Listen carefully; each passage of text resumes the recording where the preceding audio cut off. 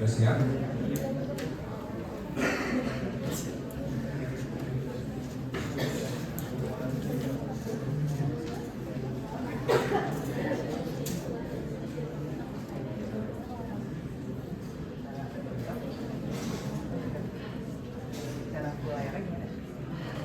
Kumaha cara mulainya? Tampilan tuh dari atas, itu tidak boleh.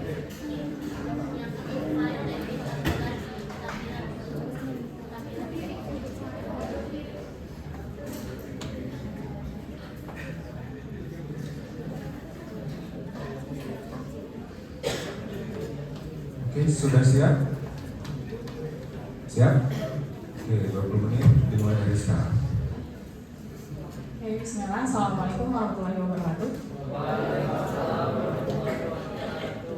Perkenalkan, nama saya Safa Arifah dengan nomor MPF 10010125085. Jadi di sini saya akan menjelaskan tentang case 3.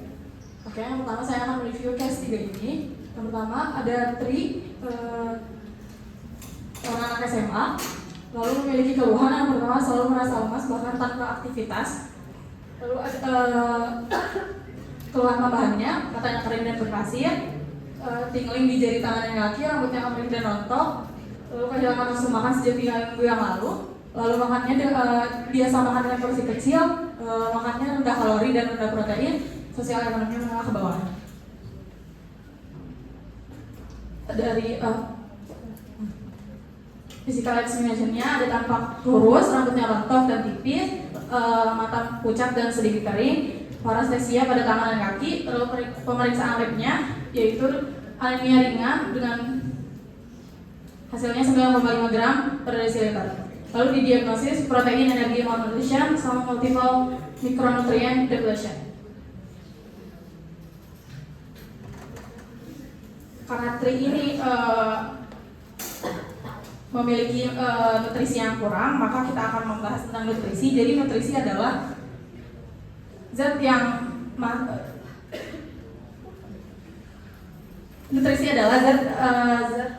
zat yang dibutuhkan tubuh dalam jumlah kecil maupun banyak. Nah, nutrisi juga memiliki klasifikasi, yaitu ada makronutrien dan mikronutrien. Makronutrien sendiri memiliki klasifikasi lagi. Makronutrien yaitu ada karbohidrat, protein, dan lemak atau lipid. Nah,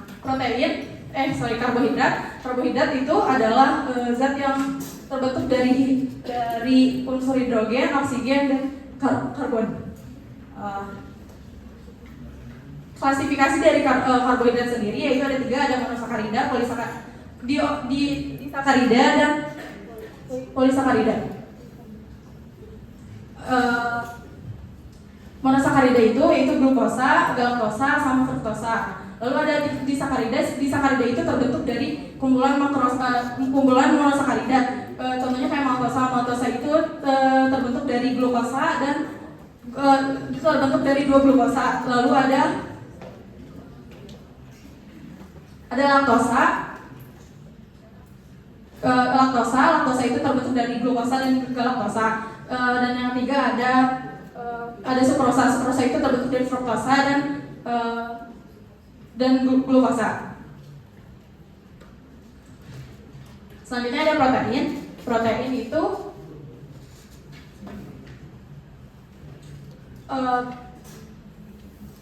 protein itu tersusun dari asam amino. Nah, asam amino itu ada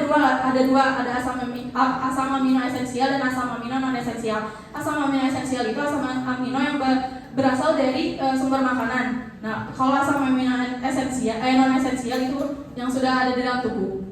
Lalu selanjutnya ada lipid itu terbagi menjadi 2, ada lipid atau lemak terbagi menjadi 2, ada lemak tak jenuh dan lemak jenuh.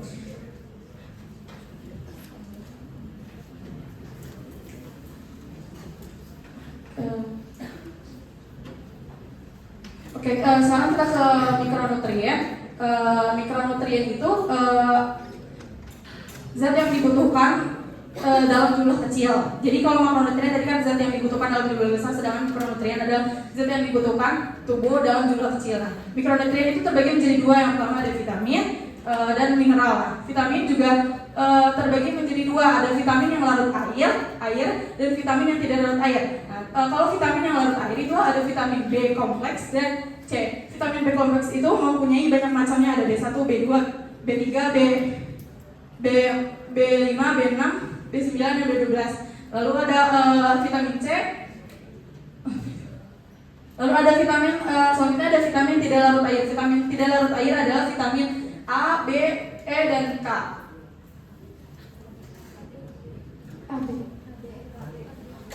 A, B, D, K. Oh, ini sama lagi. Oh, A, B, A, ya maaf sama A, D, K ya maaf. Selanjutnya ada mineral juga terbagi menjadi dua, ada mineral utama, yaitu mineral utama berupa Na atau natrium, K, Cl, CO, P, Mg, dan S. Lalu ada mikronutrien atau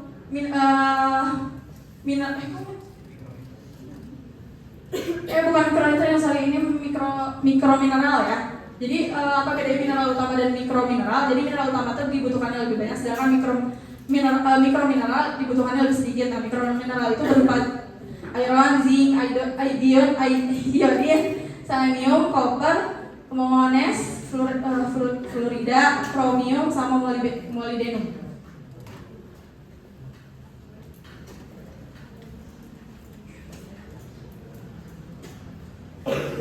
Selanjutnya karena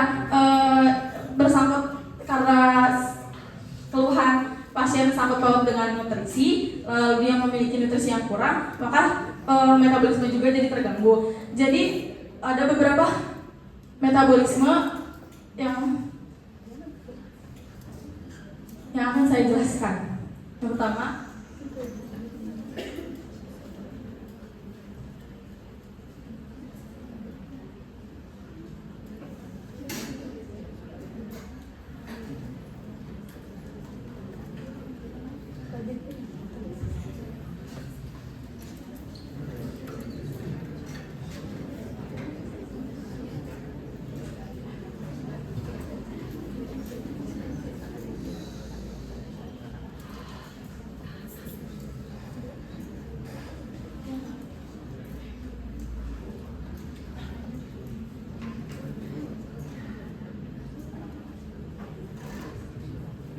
oke, intinya di protein itu ada beberapa siklus, ada beberapa metabolisme yang di karbo dulu. Karbo itu ada beberapa metabolisme. Yang pertama ada metabolisme glikolisis, lalu ada metabolisme gluconeogenesis, lalu ada metabolisme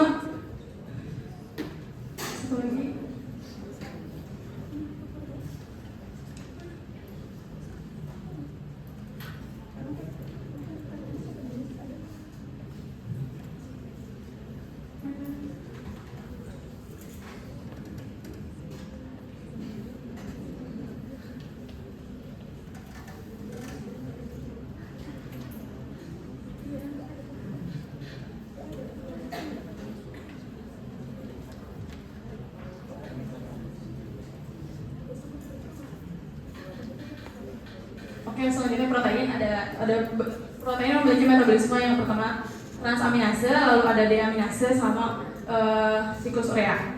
Kalau lipid itu punya metabolisme 4 beta oksidasi. 4 tahap beta oksidasi. Selanjutnya saya akan menjelaskan patomekanisme.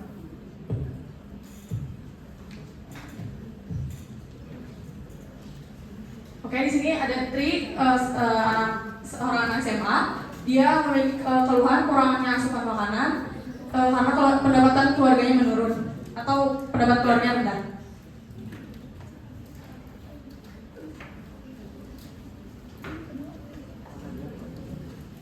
Karena kurangnya asupan makanan dan pendapatan keluarganya kurang, jadinya asupan makanan yang masuk ke dalam tubuhnya itu kurang.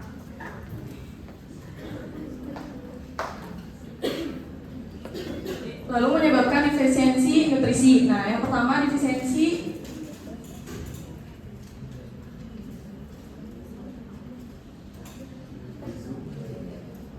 Di Zoom atau?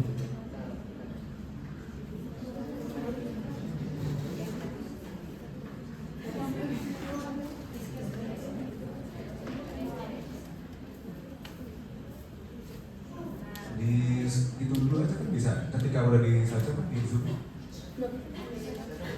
Nggak bisa. Ya udah, apa aja lah. Yuk, durasi. Oke, dia mengalami defisiensi nutrisi. Yang pertama ada defisiensi makronutrisi, yaitu karbohidrat masuk ke metabolisme glikolisis. Nah, karena asupannya kurang, jadi glukosanya habis. Lalu dia memakai glukosanya habis.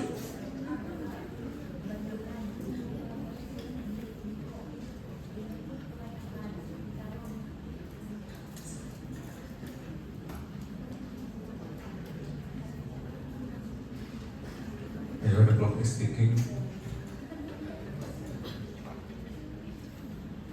Glikolisis, terus glukosanya habis, lalu ada glikogen terpakai jadi habis lagi, lalu masuk ke glikoneogenesis yang dimana lipidnya dipecah, sehingga lipid yang berada di jaringan adiposanya berkurang, lalu asam amino, lalu protein yang di ototnya juga dipecah sehingga mengalami degradasi asam amino di jaringan otot. Karena kurangnya lipid di jaringan adiposa sehingga terlihat kurus dan BB menurun.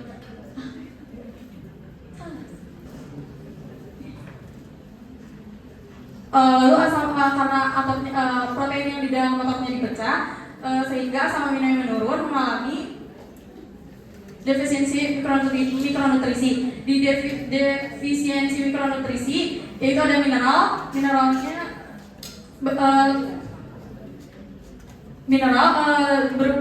berupa zat besinya kurang sehingga Hb-nya menurun, mengalami anemia dan lemas. Lalu zinc-nya juga kurang sehingga dia memiliki rambut yang kering dan rontok dan sebagainya. Lalu ada vitamin B-nya juga kurang sehingga menyebabkan tingling, dan vitamin A-nya juga kurang sehingga menyebabkan mata yang kering. Dan hasil akhirnya dia mengalami malnutrisi. Selanjutnya ada BHP.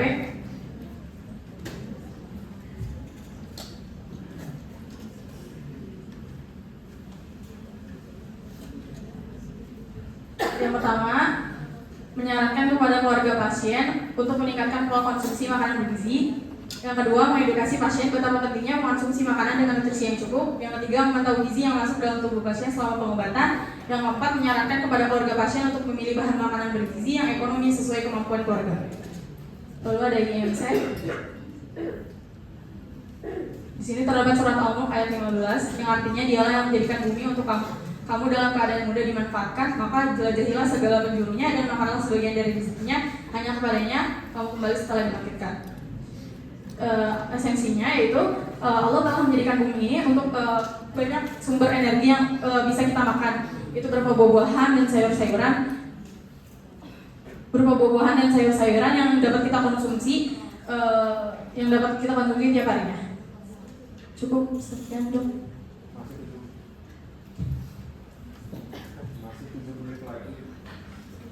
Masih 7 menit lagi ya. Dalam situasi normal harusnya banyak sekali yang harus kamu sampaikan, tapi tadi belum.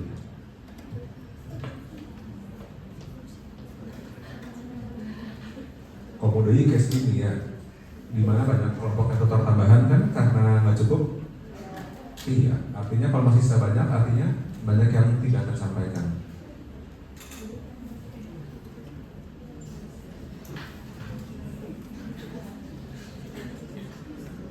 Gimana?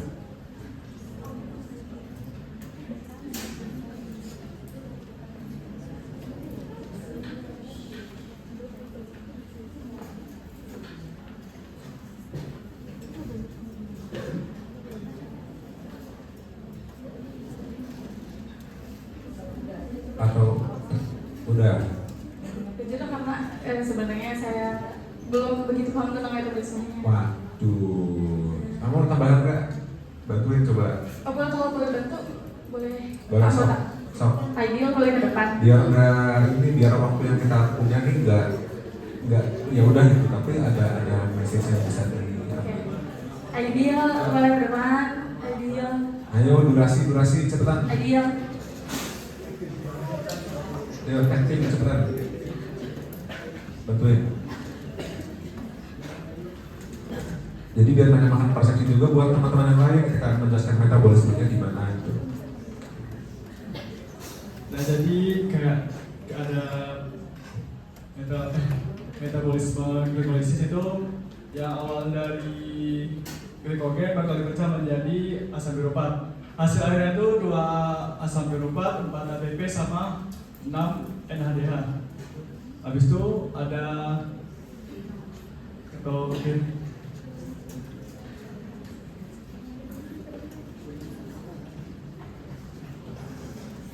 Nah, ketogen gluconeogenesis itu kalau glikogen itu udah habis, jadi dia bakal pakai dari gliserol, asam laktat dan sebagainya. Dia bakal dari gluconeogenesis itu awalnya di mitokondria, dia bakal keluar ke sitosol, dia bakal diubah ke malat, lalu diubah lagi ke oksaloasetat. Dari oksaloasetat dia bakal masuk ke gliserol lagi, bakal ngasilin glukosa. Habis itu ada ketogenesis, itu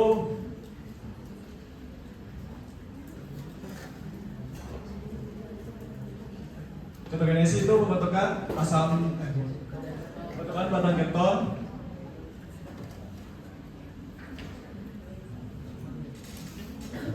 kayak beta hidroksibutirat, asetoasetat sama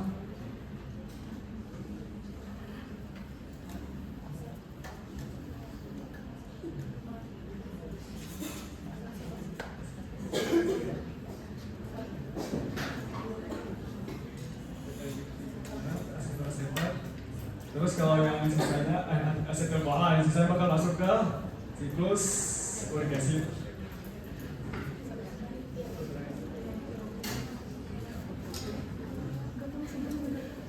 Udah nih menyerah nih.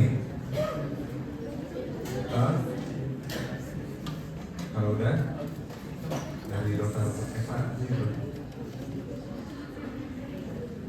dok, apa mau didapat aja? Isi mau panjang berapa? Oh, udah aja. Ya udah, sok tutup lah kalau gitu. Ya, sekian, maaf banyak kurangnya. Assalamualaikum warahmatullahi wabarakatuh. Waalaikumsalam warahmatullahi wabarakatuh. Boleh tepuk tangan dulu. Kasus yang sangat stressful ya. Oke, tapi sebenarnya apresiasi dulu untuk yang sudah berani. Walaupun memang kalau saya pribadi ya mungkin kalau untuk kayak tadi mungkin masih jauh lagi dari lulus ya. Jadi kita harus diperbaiki lagi untuk cara penyampaiannya. Sekarang kita masuk ke feedback oleh dokter Eva. Maka dokter persilakan.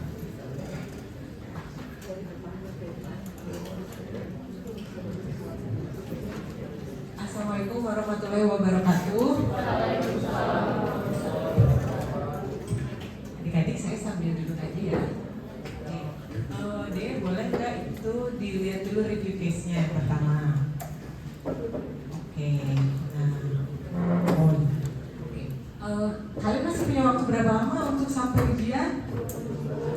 10 hari. Alhamdulillah ya masih sampai maksudnya ya, bukan berarti mau udah di depan mata. Oke. Nah, jadi kita lihat di sini isi review case-nya. Nanti boleh dibilang situ Tri seorang remaja laki-laki, gitu kan ya. Remaja laki-laki kita asumsikan berarti ya usia sekitar 17-18 gitu kan ya ceritanya ya. Oke, remaja laki-laki, keluhan utamanya selalu merasa lemah bahkan tanpa aktivitas berat. Sama kamu nanti pas di ruang isolasi kasih tanda panah di situ. Dibilang kekurangan energi atau ATP gitu. Jadi biar gak lupa ke kanan setiap keluhan ini. Matanya kering dan berpasir. Berarti karena apa? Kekurangan vitamin A, ya kan ya, matanya kering, berpasir mukosa kan gitu ya. Ke kanan kekurangan vitamin A. Apa ini bahan baku buat kamu bikin PubMed nanti ya, oke? Sip. Tingling atau rasa kesemutan di jari tangan, kekurangan apa? Vitamin B kompleks ke kanan ya, vitamin B kompleks. Rambut kering dan rontok lebih dari biasanya, kekurangan apa? Kekurangan biotin, apa itu semua bisa. Ke kanan, kasih lagi, berarti kekurangan hal-hal yang tadi ya, vitamin dan mineral gitu ya. Kehilangan nafsu makan, zinc, pintar, kekurangan zinc. Makan dengan porsi kecil, makan rendah kalori dan protein, ini udah bagus nih ya, karena dirangkum kan, jadi nggak kamu sebutin pagi-pagi makan lontong, makan apa gini, ya udah aja, makan porsi kecil, kalorinya rendah, proteinnya rendah, vitamin mineralnya rendah, sehingga diagnosisnya adalah pasien diagnosisnya apa? Malnutrisi dari underweightnya ya kan, disertai dengan kekurangan mikronutrien gitu ya, mikronutrien berbagai mikronutrien. Terus ini faktor resikonya adalah sosial ekonominya menengah ke bawah. Ya, jadi kamu harus sebutin bapaknya kerja apa, nggak usah ya, itu panjang. Dah, verifikasi sampai situ, sebutin diagnosisnya, baru kita ke berikutnya. Next. Karena pasien ini kekurangan gizi diagnosisnya, gitu ya, maka saya akan menjelaskan tentang gizi. Kan mindmapnya gitu kan ya. Jadi ada keluhan apa, maka saya akan ngejelasin tentang gizi. Gizi terbagi menjadi dua secara garis besar, makronutrien dan mikronutrien. Pertama, definisi gizi dulu adalah senyawa yang kita dapatkan dari makanan yang berfungsi untuk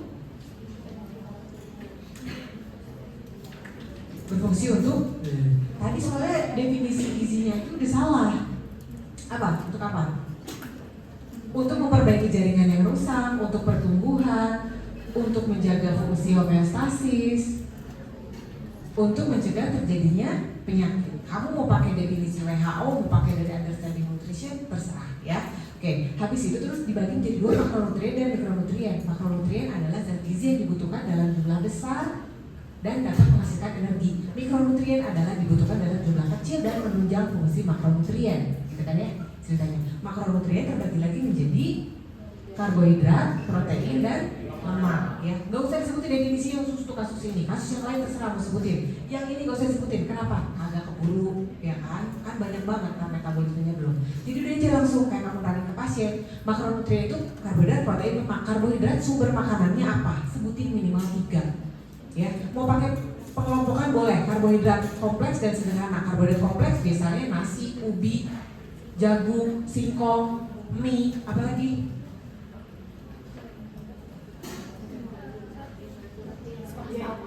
Spaghetti udah dimasak. Ya oke, pokoknya kamu sebutin aja karbohidrat kompleks. Karbohidrat sederhana apa aja? Udah contohnya kan, permen, soda, cimol boleh ya. Terus habis itu apa lagi? Karbohidrat udah 1 gram karbohidrat mengandung berapa gitu kan ya ceritanya ya. Oke, mengandung 4 kilokalori. Terus fungsinya dalam tubuh adalah apa? Kamu sebutin fungsi masing-masing dari zat gizi tadi itu adalah apa? Sama, protein sama lemak juga sama. Protein terbagi menjadi 2, protein hewani, protein nabati. Protein hewani terdiri dari berapa? Sebutin at least 3. Protein nabati sebutin at least 3. Jadi setidaknya kalaupun penguji akan menguji ini anak mestinya tahu nih protein ini berapa bijinya. Terus kamu nyebutin 6, dapatlah nilainya gitu, 1 gitu loh semuanya gitu ya. Lemak juga sama. Lemak jenuh, lemak tidak jenuh boleh. Mau lemak hewani, lemak nabati boleh. Pembagiannya terserah. Tapi sebutin setidaknya masing-masing 3 supaya apa? Supaya pengetahuan kamu tuh tinggali gitu nambah dari zaman SMP, dari zaman SD ke kuliah kedokteran. Ya, jadi jangan sampai sumber lemaknya adalah minyak kelapa, minyak bumi. Nah, gitu jangan ya. Jadi sebutin at least kan kemarin udah diterangin ya di lecture ya, ada minyak lemak jenuh, lemak tidak jenuh. Lemak jenuh di suhu ruangan itu kan padat ya. Misalnya lemak dari sapi, butter, margarin itu lemak jenuh. Lemak tidak jenuh yang di suhu ruangan cair. Misalnya apa? Minyak kelapa sawit. Terus apa lagi? Olive oil, pinter. Terus apa lagi? Minyak jagung, canola oil, apalagi yang kamu lihat di supermarket. Kalau sekarang nggak sempat pulang dari sini mau ke supermarket, lihat di situ ya minyaknya ada apa aja. Tapi jangan minyak urut ya. Oke, terus habis itu apa lagi? Protein tadi udah 1 gramnya tuh berapa kalorinya dari masing-masing protein sama lemak tuh berapa, gitu ya. Udah, habis itu terus kita akan ngomongin tentang mikronutrien. Sedangkan mikronutrien adalah dibagi menjadi apa? Vitamin sama mineral. Vitamin ada yang larut air, ada yang larut lemak. Larut air apa aja sebutin vitamin B dan C. Larut air B dan C. Sebutin makanannya apa aja. Ya, fungsinya untuk apa aja dalam tubuh. Kan vitamin B itu ada banyak ya fungsinya ya. Gak usah sebutin B1, B3, B6, B12 ya. Kita tiba-tiba sore ya, petang. Padahal kan ujiannya banyak. Jadi gak usah. Secara garis besar vitamin B adalah fungsi untuk pemeliharaan saraf, apa itu udah ada kan semuanya di lecture kan ya, kamu lihat ya di understanding nutrition yang udah saya bagiin juga si textbooknya itu juga ada di situ. Vitamin C untuk mencegah scurvy atau untuk perbaikan jaringan yang rusak, untuk kolagen, untuk sistem imun, ada banyak bisa fungsinya. Sebutin A, D, E, K itu juga sama kamu disebutin. Dan makanannya apa? Setidaknya minimal 3 lah. Jadi vitamin apa? Misalnya wortel, dari zaman SD sampai kuliah kedokteran kagak nambah vitamin A, wortel terus. Pasti fungsinya akan ada. Apalagi sayur wortel. Jangan lupa tomat tadi sumber vitamin A kan ayah ya tadi. Nah, textbook tinggal dari gambar nanti warna-warni ya kan. Masa sih kamu gak ingat? Itu bukan gak ingat, kamu gak buka, kamu gak baca ya. Jadi baca di situ ya. Vitamin A itu sumbernya apa aja? Vitamin D itu sumbernya apa aja? Ya, oke. Terus E dan K beserta fungsinya. Tadi udah vitamin, mineral sebutin, terutama yang berkaitan sama kasus. Ya, vitamin A itu penting banget disebutin. Kenapa? Lah, pasiennya matanya kering, berarti pemeliharaan fungsi mukosa gitu-gitu ya. Mineralnya juga sama. Karena kalau kamu sebutin semuanya kata saya juga, tahu-tahu lebaran kan lu pada beli baju ya. Oke, udah tadi si zat-gizinya sekarang ke metabolismenya. Sekarang kan karena pasien ini ada kelainan metabolisme pada kondisi kelaparan gitu kan ya, atau pada kondisi kurang gizi, maka akan kaitannya dengan metabolisme. Pertama saya akan nyebutin dulu metabolisme pada kondisi normal, yaitu metabolisme apa? Karbohidrat. Kalau karbohidrat apa dulu? Yang pertama glikolisis. Yang penting dari segala proses metabolisme ini adalah kamu sebutin substratnya. Jadi glukosa akan berubah menjadi asam pirufat. Asam pirufatnya berapa biji? Ya kan? ATP-nya berapa biji? 2 gitu kan ya. Tempatnya di mana? Jadi pertama substrat, bahan baku dulu. Kalau bikin kue bahan bakunya, hasilnya mau jadi kue apa? Tempat masaknya di mana? Gitu. Ya mau di sitosol kayak, mau di mitokondria kayak itu kamu sebutin ya. Jadi dari si proses metabolisme. Sorry tadi lupa. Proses pencernaannya juga. Jadi enzim amilase didapatkan di mana saja? Tadi dari polisakarida buat jadi molekul glukosa yang lebih sederhana itu ada di mana aja? Di mulut, ya kan ya. Terus di mana lagi? Di lambung, habis itu di usus halus, ya. Oke. Nah, jadi ada di usus halus. Oke. Habis itu terus sama kamu protein, ya. Protein di mana aja? Di cernanya, diserapnya di mana? Lemak juga sama. Oke. Terus tadi metabolisme udah, pencernaan udah, metabolismenya mencakup si glikolizisnya, pirofat dekarboksilasi, pirofat dekarboksilasi, Krebs cycle, sama terakhir fosforilase oksidasi. Ya, substratnya apa, tempatnya di mana, produknya apa, termasuk kalau ada ADH, FADH, sama ATP-nya ya, berapa yang dihasilkan. Terus habis itu baru tadi ke si protein. Kalau protein apa aja yang harus dijelaskan selain pencernaannya? Iya, metabolismenya apa aja? Mencakup apa aja? Transaminasi, ya kan? Transaminasi, deaminasi, sama terakhir siklus urea. Ya, siklus urea itu harus lengkap. Jadi siklus urea itu apa substratnya, dilakukannya di mana, dikeluarkan dalam bentuk apa, ya. Oke. Terus habis itu lemak juga sama, mencakup lipolisis sama 4 tahap dari beta oksidasi, ya. 4 tahap beta oksidasi apa aja? Apa? Hidrolisis, apa lagi? Dehidrogenasi dulu, baru hidrasi, baru oksidasi, baru tiolisis. Ya, itu sama kamu diterangin tempatnya juga di mana, hasilnya adalah apa atau berapa energinya. Oke, terus apa lagi? Metabolisme udah pada kondisi normal. Sekarang kita akan ngomongin tentang pada kondisi sakit ya, atau pada kondisi patologiknya, atau pada kondisi kekurangannya yang tadi ya. Itu akan berakhir kan interrelated metabolism pada kondisi undernourished. Jadi terdiri dari 3 tahapan. Ini harus kamu jelasin. 1, apa? 3 tahapan interrelated metabolism. Glycogenolisis. Kan pemecahan glikogen dulu. Glycogenolisis, baru gluconeogenesis, baru ketogenesis. Ya, itu harus kamu jelasin semuanya. Itu masuk ke dalam patomekanisme ya. Habis itu terus kan karena kasusnya kita malnutrisi, maka kamu akan jelasin juga sedikit klinisnya, yaitu apa aja? Definisi dari malnutrisi apa aja, terus habis itu klasifikasinya. Klasifikasinya bisa dari timeline-nya, misalnya akut atau kronis, kemudian dari derajatnya, ada yang ringan, ada yang severe gitu atau berat, ada yang berdasarkan etiologinya, yaitu apa? Primer dan sekunder. Kalau yang primer berarti dia benar-benar karena kurang makan. Kalau sekunder ada penyakit yang lain yang menyebabkan kebutuhannya dia itu jadi meningkat gitu ya. Jadi apa yang dia makan kurang gitu ya. Udah gitu BHP tentang apa aja? Coba lihat ini Nak, tadi boleh lihat BHP-nya.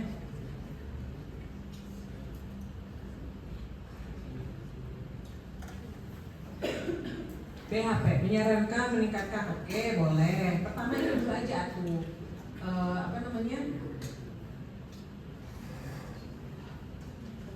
info konsen untuk anamnesis, pemeriksaan fisik. Kan anaknya masih di bawah umur ya, masih remaja ya. Nah, kita kan info konsen, anamnesis, physical exam, pemeriksaan lab ya. Terus apa lagi? Mengedukasi dengan bahasa awam terkait hasil pemeriksaan tadi, baik dari anamnesis, pemeriksaan fisik, hasil lab gitu kan ya. Kemudian juga kita akan menyediakan layanan konsultasi ya, atau menyarankan pada pasien untuk makan makanan bergizi atau memberikan konseling tentang asupan zat gizi dengan budget yang batasnya sesuai ya, yang sesuai dengan kemampuan pasien. Terus kita juga akan merujuk apabila diperlukan. Merujuknya kemana? Ya kalau dia masih remaja berarti ke dokter spesialis anak atau nanti ke dokter gizi ya, dan diperlukan gitu. IMC-nya udah oke. Selain itu ada lagi nggak IMC lain yang kira-kira menurut kalian tepat? Tidak meninggalkan generasi yang lemah juga bisa ya, kan dia akhirnya tuh dia jadi berdaya ya, jadi apa namanya, kemampuan akademiknya katanya membaik setelah perbaikan gizi ya kan, di kelas terus bisa olahraga dan lain-lain, itu juga boleh. Oke, sip. Dari saya mungkin segitu aja untuk Imo, barangkali dari tutor yang lain. Satu nuhun, assalamualaikum warahmatullahi wabarakatuh.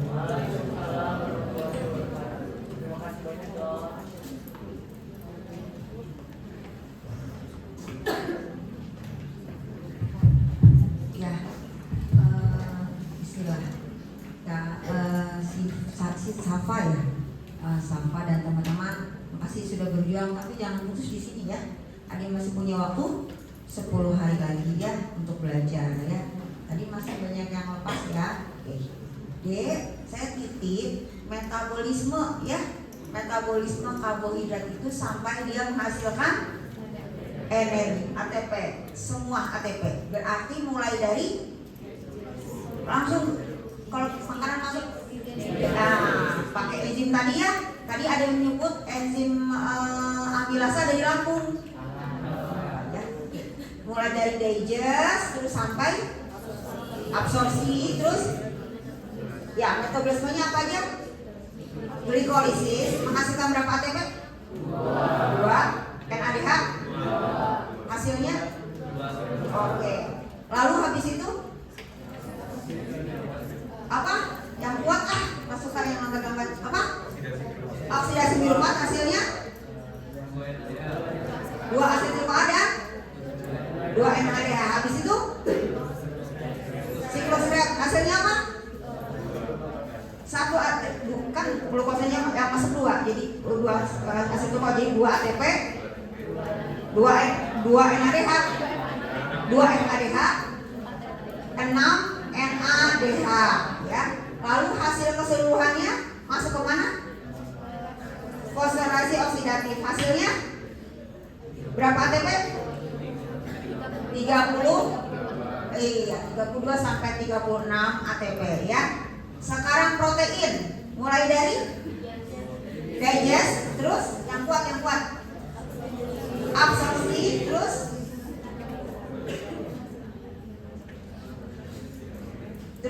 diabsorpsi dalam bentuk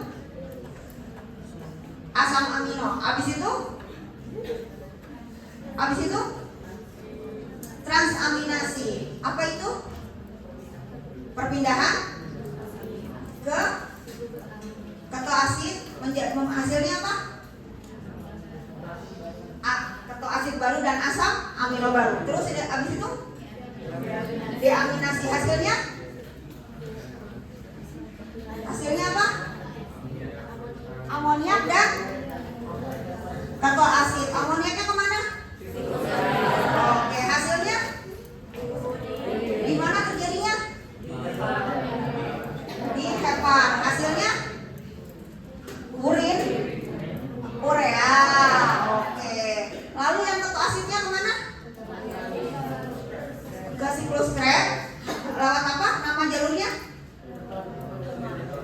ya, gluconeogenesis atau kalau ke asetil-CoA namanya ketogenesis ya. Lipid diserapnya pakai apa? Di digestnya pakai apa? Enzim apa? Lipase. Di mana adanya? Di mulut sama di usus halus. Sudah itu dia diabsorpsi dalam bentuk apa? Misel. Nah, sudah itu dia ditransport ke ductus lymphaticnya pakai apa? Kilomikron. Habis itu bagaimana menghasilkan energinya? Beta oksidasi. Tadi waktu dokter Megan bilang hidrolisis, bukan hidrolisis, apa tadi? Dokternya apa tadi? Hidrasi yang kedua, yang pertama. Boleh oksidasi yang menghasilkan NADH, boleh juga pengurangan hidrogen, ya boleh ya, boleh sama aja ya. Boleh oksidasi yang menghasilkan NADH, baru hidrasi yang menghasilkan air, baru oksidasi yang menghasilkan FADH dan asetil-CoA yang masuk ke dalam siklus Krebs atau tiolasi. Jadi tadi pas dokter Megan bilang tiolasi, kamu bukannya gitu, sama ya, asetil-CoA yang masuk ke dalam siklus Krebs itu sama ya, cuma istilahnya ya. Oke, nanti berarti kalau satu NADH menghasilkan 3 ATP, air menghasilkan berapa ATP? Tidak ada, 0. FADH menghasilkan berapa ATP? 2. Satu asetil-CoA dalam siklus Krebs menghasilkan berapa ATP? 12 ya. Sekarang tahap kelaparan. Pertama apa? Pemecahan glikogen. Glikogen yang di mana dipecah? Yang di hepar ya, untuk menghasilkan glukosa. Hormon apa yang berperan? Glukagon. Oke. Kenapa enggak yang di otot yang dipecah? Sama, dipecah juga, cuman dia tidak punya enzim untuk berubah jadi glukosa. Jadi dipakai untuk otot sendiri ya. Habis glikogen apa lagi? Gluconeogenesis dari apa nak? Lemak. TAG dirubah menjadi gliserol dan asam lemak. Yang mana yang gluconeogenesis? Gliserol. Di mana terjadinya? Hepar. Lalu kalau yang asam lemaknya masuk apa? Jadi apa? Jadi asetil-CoA terus membentuk badan. Kenapa membentuk badan keton? Karena bukan kelebihan asetil-CoA, nggak bisa masuk ke siklusnya pintar. Karena apa nak? Karena glikolisisnya rendah, oksaloasetatnya rendah, jadi siklus Krebsnya nggak jalan. Akhirnya dia berubah jadi badan keton. Gimana pembentukan badan keton? Asetil-CoA dirubah menjadi asetil-CoA, lalu menjadi HMG-CoA, pakai HMG-CoA sintase baru jadi asetat dan 3 hidroksibutirat ya. Lalu kalau udah habis lemaknya apa yang dipecah? Protein yang ada di mana? Menjadi apa? Asam amino. Nanti prosesnya sama, transaminasi, deaminasi, lalu membentuk gluconeogenesis ya, ke siklus Krebs atau ke asetoasetat membentuk badan keton ya. Jangan lupa ya tempatnya, ingat ya, kalau glikolisis tempatnya di mana, oksidasi keluar tempatnya di mana, hasilnya apa, glikolisis harus lengkap ya. Oke, bismillah, mudah-mudahan waktu 10 harinya dimanfaatkan dengan baik ya. Baik, atur nuhun lagi atas feedbacknya, Dr. Megan juga, Dr. Eva ya. Ya, baik, saya closing statement. Jadi di sini coba praktekkan tadi, maaf. Ada yang sedikit seperti biasa, ada yang agak misleading ya, coba digedein dikit. Di sini apakah di case ini hanya defisiensi karbo saja? Tidak, kan dia makanan justru banyakkan karbo ya. Maksudnya di antara makanan yang sedikit tetap banyak karbo. Jadi bisa disebut juga emang dia defisiensi protein kan? Iya, karena lauknya kurang. Terus ya tadi yang kurang juga lah proses digesti atau pencernaan makronutrien ya. Tadi kayak misalkan kalau karbohidrat dia ada amilase, di mulut sama dari pankreatik ya, dan amilase. Kalau protein ada pelibatan asam lambung ya, hasilnya untuk mengaktifkan enzim pepsinogen jadi pepsin. Kalau lipid nanti ada pankreatik lipase, nanti ada juga emulsifikasi dari garam empedu kan, sampai akhirnya sel itu bisa diserap, itu juga harus disebut. Lalu tadi partmek, si mindmapnya tadi ada beberapa istilah-istilah yang kayaknya salah tulis atau apa ya, saya nggak tahu deh. Coba lihat tadi ya, si mindmapnya. Nah ini ya, itu yang di atas kanan tuh ketika kelaparan tuh bukan mas itu glikoneogenesis, ketika kelaparan. Kalau iya berarti salah ya. Kalau mau gluconeogenesis ya. Jadi kita harus benar ya. Kan tadi ada glikolisis dulu, nanti ada gluconeogenesis ya. Glikogenolisis mungkin ya. Jadi pemecahan glikogen. Terus yang bawahnya kalau glikogenesis berarti nggak kelaparan dong. Berarti orangnya makannya banyak. Jadi dia kelebihannya disimpan dalam bentuk glikogen. Jadi salah ya. Jadi tulisannya juga harus benar.